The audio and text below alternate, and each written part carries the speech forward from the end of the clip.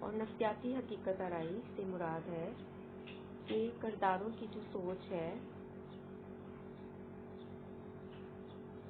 ان کی سوچ کا تناظر کیا ہے، وہ کس طرح سوچتے ہیں، وہ سب بیان کرنا۔ مبالغہ آرائی، بات کو بڑھا چڑھا کر بیان کرنا، ان کے اسلوب میں یہ سب باتیں شامل ہیں۔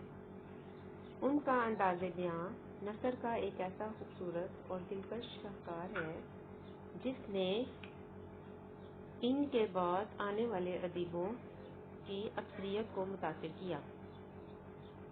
خوبصورت اور دلنشین نثر کے علاوہ ان کا ایک بڑا کارنامہ اردو میں جدید طرز شاعری ہے، جس کی ابتدا انجمن پنجاب لاہور کے مشاعروں سے ہوئی، جس کے وہ سیکرٹری تھے۔ انجمن پنجاب لاہور کا میں نے آپ کو پہلے ہی بتایا ہے کہ یہاں اس انجمن کے تحت مشاعرے منعقد ہوتے تھے، جس میں شاعر حضرات بڑے جوش و جذبے کے ساتھ حصہ لیا کرتے تھے، اور اس انجمن پنجاب کے وہ سیکرٹری تھے۔ آزاد کی تصانیف میں آب حیات، دربار اکبری، نئے رنگ خیال، قصص ہند اور سخندان فارس بہت مشہور ہیں۔ اپنے استاد ابراہیم ذوق کا دیوان بھی آزاد نے مرتب کیا۔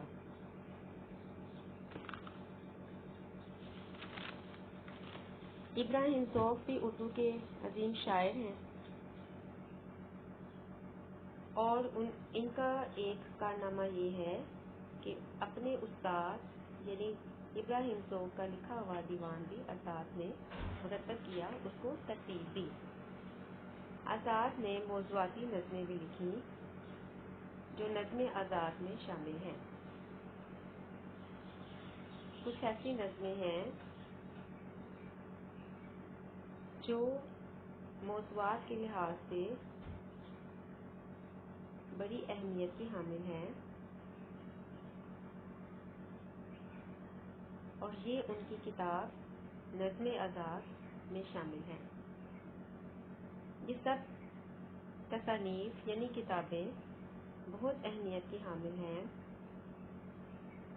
اور مختلف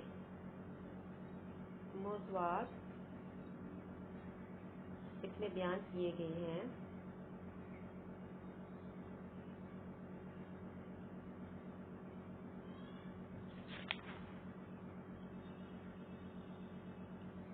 اب ہم ان کا لکھا ہوا یہ مضمون شاعروں کے لطیفے میں پڑھتے ہیں کہ کون سی اہم باتیں یا کون سی اہم اور دلچسپ تحریر انہوں نے بیان کی ہے۔ شاعروں کے لطیفے، اس سبق کو پڑھنے کے بعد آپ کو یہ اندازہ ہوگا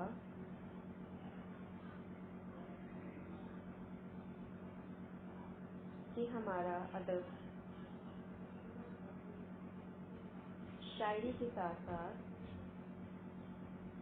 طنز اور ظرافت جیسی خصوصیات کا بھی حامل ہے۔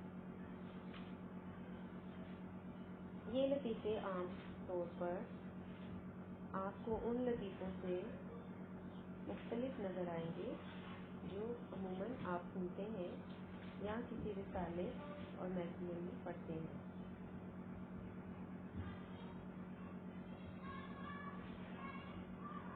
لطیفہ کیا ہوتا ہے؟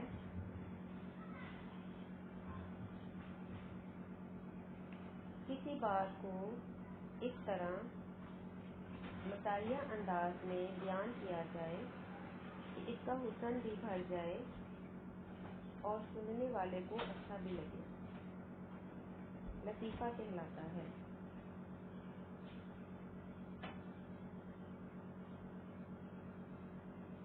شاعر لوگ جب آپس میں مل کر بیٹھتے ہیں تو ان کی ادبی گفتگو میں مزاح شامل ہوتا ہے اور وہ ذو معنی باتیں جو وہ مزاحیہ انداز میں کرتے تھے اور ایسی باتیں جس کے دو مطلب ہوتے تھے،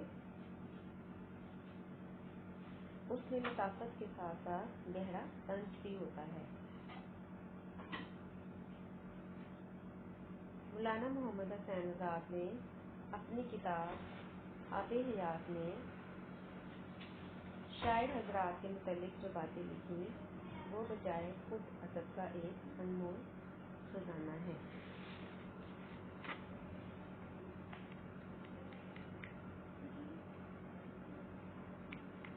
ایک دن لکھنؤ میں میر اور مرزا کے کلام پر دو شخصوں میں تکرار میں ہوئی ہے۔ دونوں خواجہ باسط کے مرید تھے۔ تکرار کا مطلب ہے لڑائی اور طول کھینچنے کا مطلب ہے لڑائی لمبی ہو گئی، یعنی لڑائی اتنی بڑھ گئی کہ آپس میں سخت جملوں پر یا سخت ترین مزاحیہ جملے تک پہنچ گئی۔ دونوں خواجہ باسط کے مرید تھے، انہی کے پاس گئے اور عرض کی کہ آپ فرمائیں۔ انہوں نے کہا دونوں صاحب کمال ہیں۔ یہاں ایک چیز میں آپ کو بتاتی جاؤں کہ میر سے مراد یہاں پہ میر تقی میر ہیں اور مرزا سے مراد مرزا سودا ہے۔ میر اور سودا دونوں ایک ہی عہد کے بہترین شاعر تھے۔ تو ہوا کچھ یوں کہ ایک دن میر تقی میر اور مرزا سودا کے کلام پر دو شخصوں کے درمیان جھگڑا ہو گیا۔ اب وہ دونوں خواجہ باسط کے پاس گئے کہ انصاف کریں، تو خواجہ باسط نے ان سے یہ کہا کہ دونوں ہی صاحب کمال ہیں، مگر فرق اتنا ہے کہ میر صاحب کا کلام آ ہے اور مرزا صاحب کا کلام وا ہے۔ مثال میں میر صاحب کا یہ شعر پڑھا: سرہانے میر کے آہستہ بولو، ابھی ٹک روتے روتے سو گیا ہے۔ میر کے سرہانے آہستہ بولو یعنی وہ ابھی تھوڑی دیر پہلے ہی روتے روتے سو گیا ہے۔ ان کی بات سن کر خواجہ باسط نے یہ کہا کہ دونوں کے کلام میں صرف آ اور واہ کا فرق ہے۔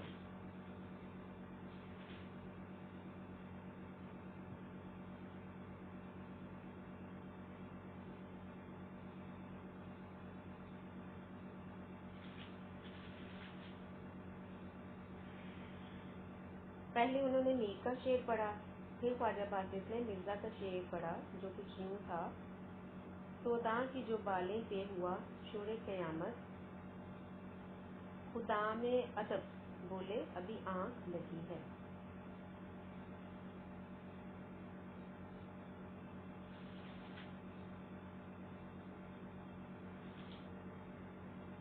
یہ سودا کا شعر ہے، یعنی مرزا رفیع الدین سودا۔ اب میر کے شعر میں آپ دیکھیں، آپ کو رونا دھونا سا مل رہا ہے کہ ابھی ٹک روتے روتے سو گیا ہے، لیکن سودا کے ہاں ایسا نہیں ہے۔ سودا کے شعر کے اندر تھوڑی سی ظرافت نظر آئے گی۔ بالیں سرہانے کہتے ہیں، سرہانہ یعنی جب مرزا سودا کے سرہانے کے پاس قیامت جیسا شور ہوا تو وہ اٹھ کر بولے بڑے ادب سے کہ ابھی آنکھ لگی ہے۔ ان میں سے ایک شخص جو مرزا کے طرفدار تھے وہ مرزا کے پاس بھی آئے اور سارا ماجرا بیان کیا۔ یعنی اس واقعے کے بعد جب خواجہ باسط نے ان دونوں کے مابین فرق کیا کہ ایک کا کلام آ ہے اور دوسرے کا کلام وا ہے، تو پھر وہ ان میں سے ایک شخص مرزا سودا کے پاس یہی بات بتانے آیا، تو مرزا بھی میر صاحب کے شعر کو سن کر مسکرائے اور کہا: شعر تو میر کا ہے مگر داد خواہی ابتدا کی معلوم ہوتی ہے۔ کہ یہ شعر تو میر کا ہی ہے، مگر اس شعر کو کہنے والے، داد خواہی کا مطلب یہ ہے اس شعر کو کہنے والی ان کی ددا کی معلوم ہوتی ہے۔ ددا وہ آیا جو بچوں کو سلاتی ہے، یا وہ ملازمہ جو بچوں کو سلانے کے وقت مختلف لوریاں سناتی ہیں۔ تو وہ کہتے ہیں کہ شعر تو کرتے میر کا ہی ہے، مگر داد ہمیں ان کی آیا کو دینی چاہیے۔ جنہوں نے یہ کہا کہ ابھی میر کے ترانے آہستہ بولو، ابھی کچھ دیر پہلے ہی وہ روتے روتے سو گیا ہے۔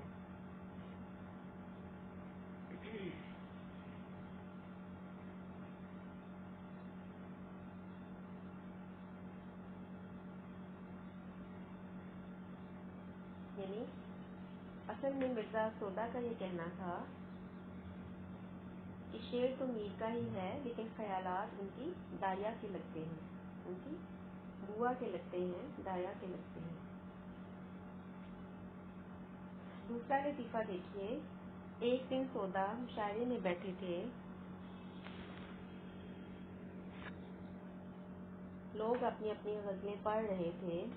ایک شریف زادے کی 12-13 برس کی عمر تھی، اس نے غزل پڑھی، مطلع تھا: دل کے پپولے جل اٹھے سینے کے داغ سے، اس گھر کو آگ لگ گئی گھر کے چراغ سے۔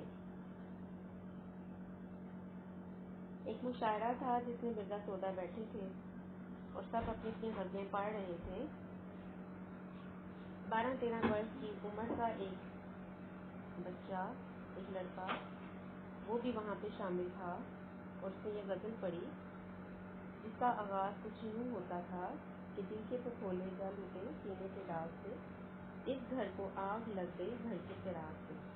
یہ اس کی غزل کا پہلا مطلع ہے، پہلا شعر ہے۔ گرمی کلام سودا بھی چونک پڑے۔ دیکھیں اس میں گرمی کلام کیوں کہا تھا؟ کلام ہم شاعری کو کہتے ہیں، تو اس شاعری کے اندر، اس شعر کے اندر جل اٹھنا، آگ لگنا، اس سے شعر کے اندر کلام میں جوش پیدا ہو رہا ہے۔ اور جب انہوں نے یہ شعر سنا تو وہ چونک پڑے، پوچھا یہ مطلع کس نے پڑھا؟ لوگوں نے کہا حضرت یہ صاحبزادہ ہیں۔ سودا نے بھی بہت تعریف کی، بہت مرتبہ پڑھوایا اور کہا میاں لڑکے جوان ہوتے نظر نہیں آتے، کیونکہ اس کی عمر 12-13 برس کی تھی، اور انہوں نے کہا میاں لڑکے تم جوان ہوتے نظر نہیں آتے۔